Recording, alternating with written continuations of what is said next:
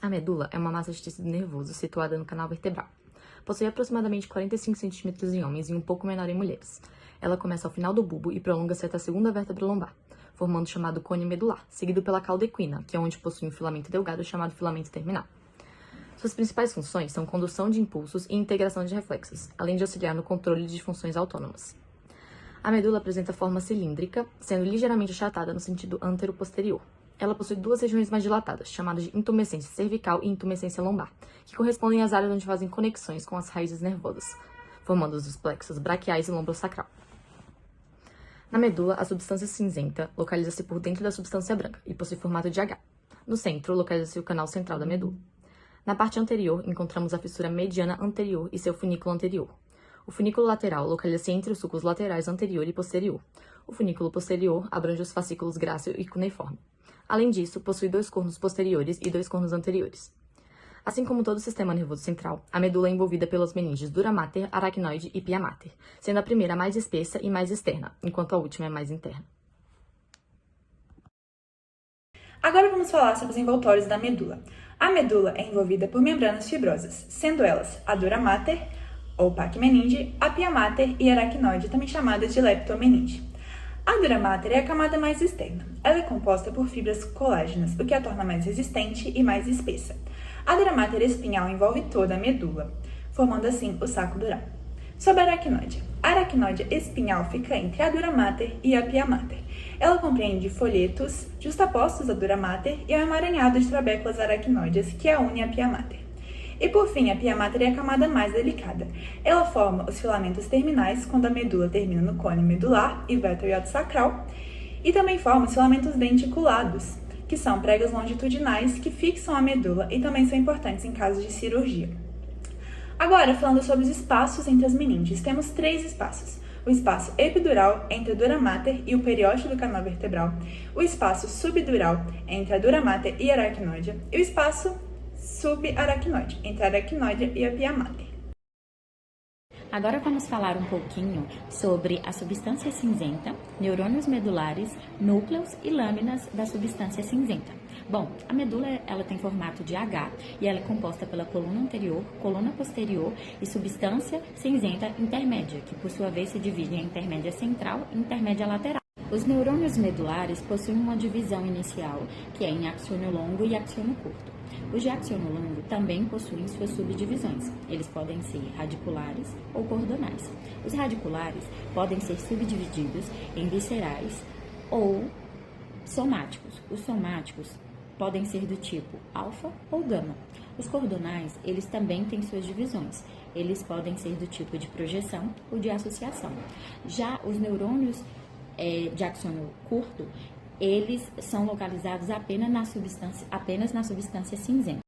Quanto aos núcleos e às lâminas da substância cinzenta da medula, podemos afirmar que não há uniformidade dessa substância, e sim agrupamentos em núcleos longitudinais ao longo da medula. Os neurônios medulares se distribuem em lâminas bem regulares, as lâminas de Rechet, que são numeradas de 1 a 10, incluindo, dentre essas 10 lâminas, área receptora, informação proprioceptiva e neurônios motores, que correspondem aos núcleos da coluna anterior. Agora vamos falar um pouco sobre a substância branca na medula, que é formada pelos axônios dos neurônios e se juntam em fibras nervosas, que formam os tratos ou fascículos.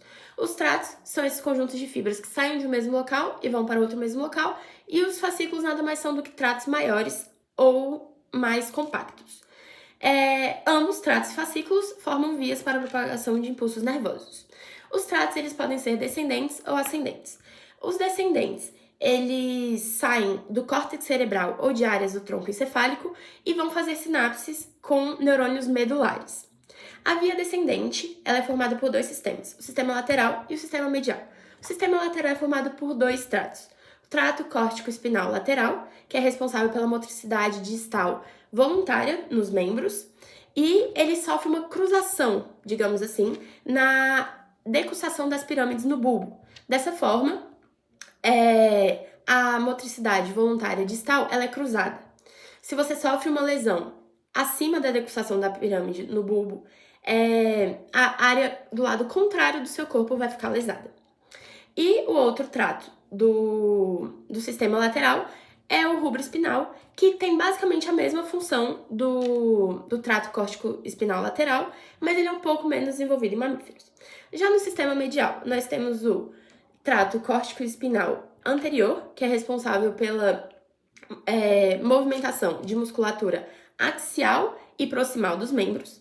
Nós temos o trato teto-espinal, que é responsável pelos movimentos de reflexo oriundos de estímulos visuais.